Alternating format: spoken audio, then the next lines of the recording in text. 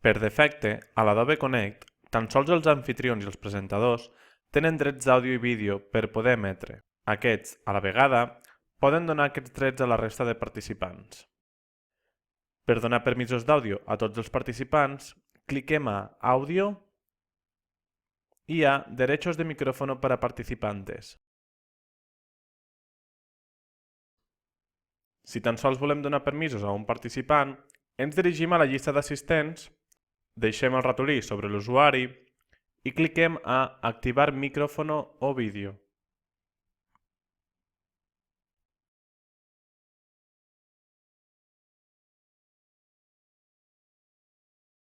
Un cop fet això, al participant se li notifica que ha rebut permisos d'àudio o vídeo.